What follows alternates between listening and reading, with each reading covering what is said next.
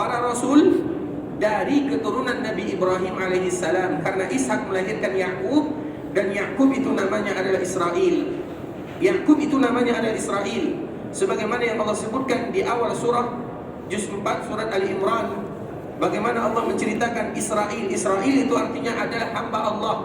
Israel itu adalah nama lain daripada Nabi Yakub, dan semua mereka yang datang berasal dari keturunan Nabi Yakub, sehingga mereka disebut dengan Bani Israel sampai kepada Nabi Isa alaihissalam. Dari sinilah jelas bagi kita bahwa seluruh para nabi dan para rasul ayahnya satu, yaitu Nabi Ibrahim alaihissalam. Dan Nabi Ibrahim disebut dengan ayah kita yang ketiga karena darinya kembali semua para nabi dan para rasul. Nah, ikhwatal Islam, Allah Subhanahu wa taala sering menyebutkan di dalam Al-Qur'an tentang Nabi Ibrahim, terutama kepada orang-orang Yahudi dan orang-orang Nasara. Makanya apa kata Allah Subhanahu wa taala di dalam salah satu ayatnya? Qul ya ahlal kitab ta'alu ila kalimatin sawa'in bainana wa bainakum alla na'budu illa Allah wa la nusyrika bihi syai'a. Wahai ahlul kitab, siapa ahlul kitab? Tidak lain tidak bukan adalah orang Yahudi dan orang Nasara.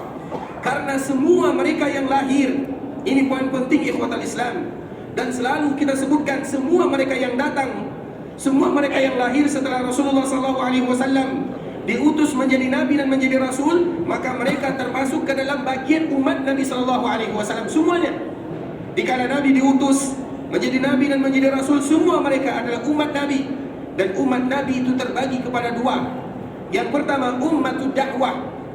Siapa ummatud dakwah? Semua mereka yang datang setelah Rasul diutus menjadi nabi dan menjadi rasul wajib mengikuti dakwah Rasulullah SAW, sehingga itu disebut dengan ummatud dakwah, siapapun mereka tanpa terkecuali. Sehingga dikala Rasulullah SAW melihat Umar bin Khattab ada di tangannya Taurat, maka Rasulullah SAW marah. Amutahawwikun, amutahayyirun ya Ibn Khattab, wahai Umar, wahai Ibn Khattab, kata Rasulullah SAW, apakah engkau ragu dengan agama yang aku bawa? Rasulullah SAW marah. Karena memang kita sebagai kaum muslimin, dikala Allah hadiahkan kepada kita nikmat yang luar biasa, nikmat iman, nikmat Islam, itu adalah nikmat yang tiada tara.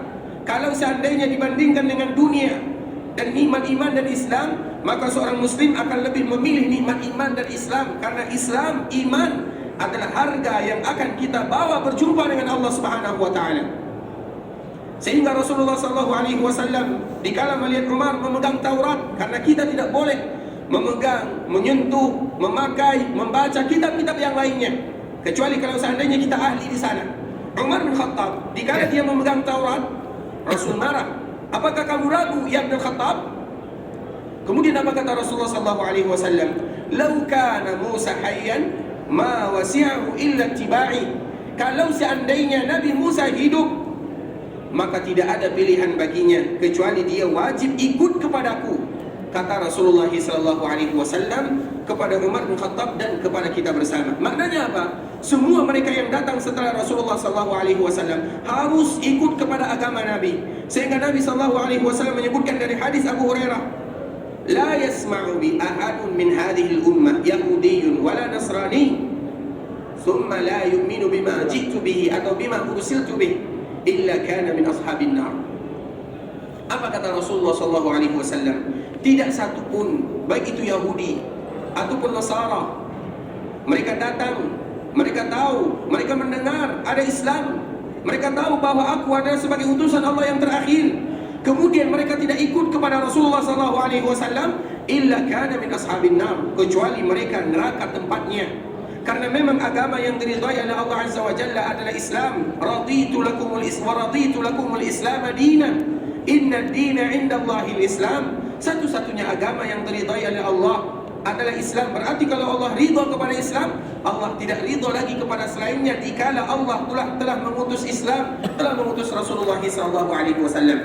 Sehingga semua mereka yang datang setelah Rasulullah SAW, maka mereka adalah umat Nabi. Namun umat Nabi terbagi kepada dua. Yang pertama ummatud dakwah, semua mereka harus ikut kepada dakwah Nabi.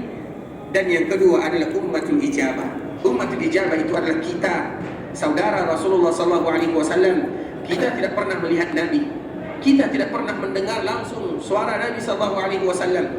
Kita tidak bermuamalah dengan Nabi sallallahu alaihi wasallam. Namun dikala kita tidak tahu tentang Nabi atau tidak pernah melihat Nabi, tidak pernah mendengar ucapan Nabi secara langsung, kita tetap beriman kepada Rasulullah sallallahu alaihi wasallam, maka kita adalah saudara-saudara Rasulullah sallallahu alaihi wasallam sebagaimana yang Nabi sebutkan dikala Nabi berada di perkuburan Baqi'. Nabi sallallahu alaihi wasallam menyebutkan wadidna law anna qad ra'ayna ikhwanana.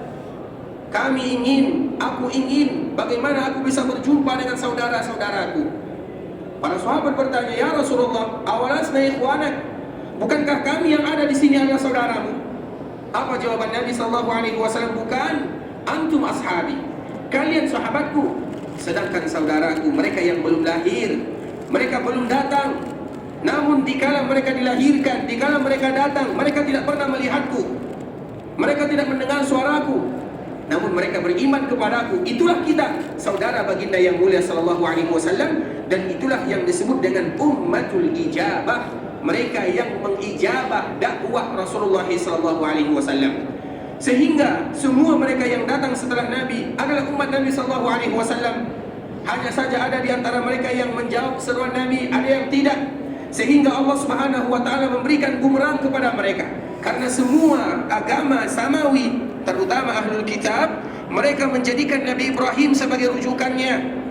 Sehingga Allah Subhanahu wa taala menyebutkan qul ya ahlul kitab, katakan wahai Muhammad, katakan kepada ahlul kitab, ta'alau, ayo kita sama-sama, ta'alau ila kalimatin sawa.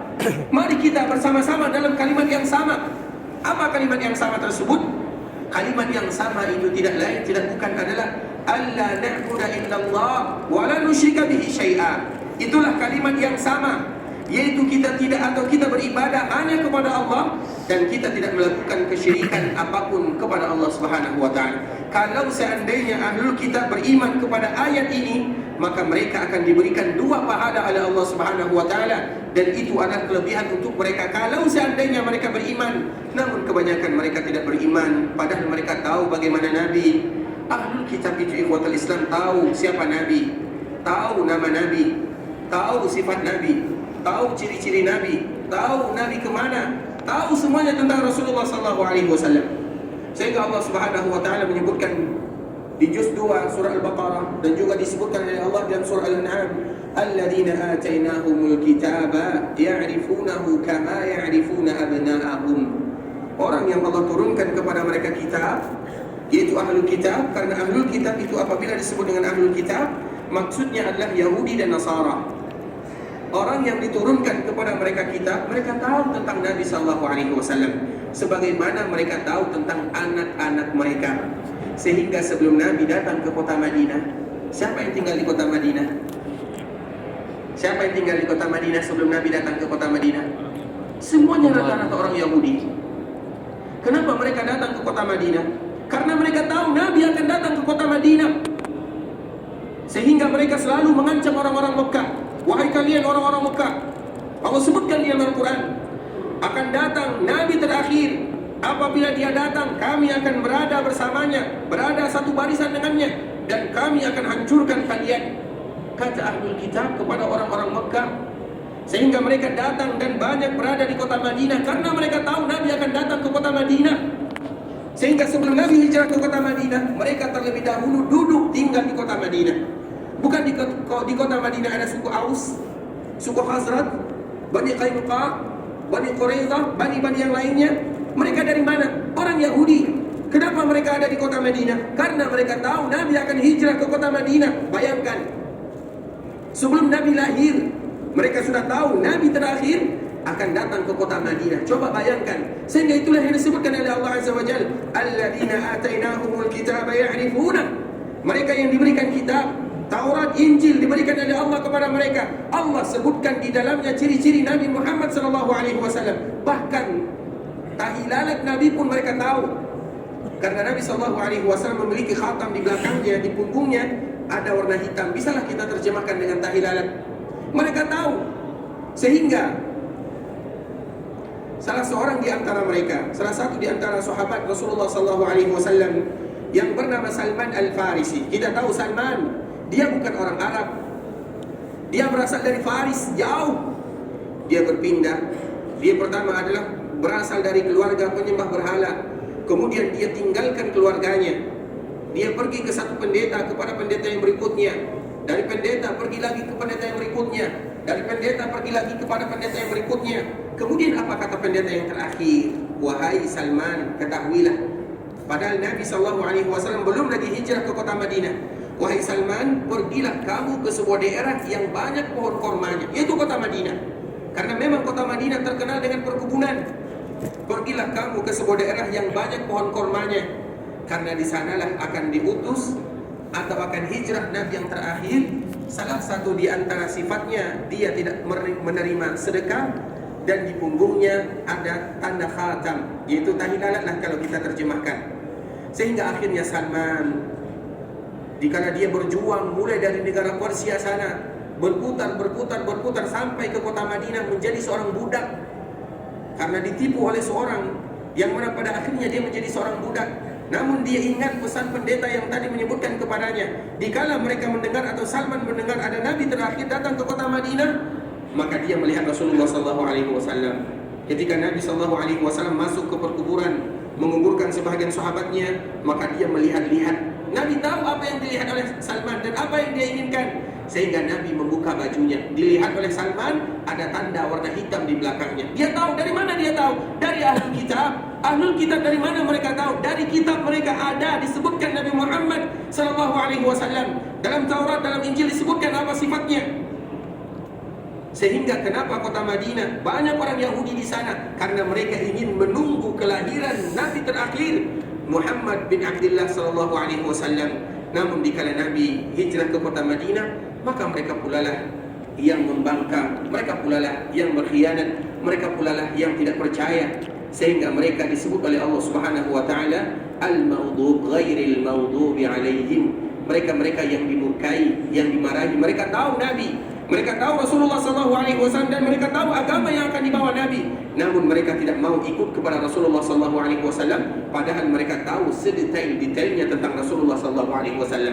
Sehingga di dalam Al-Quran Allah kembali memanggil mereka, ya ahlal kitab ta'alau, wahai ahlul kitab, wahai orang Yahudi, wahai orang Nasara, mari kita bersatu dalam kalimat yang sama.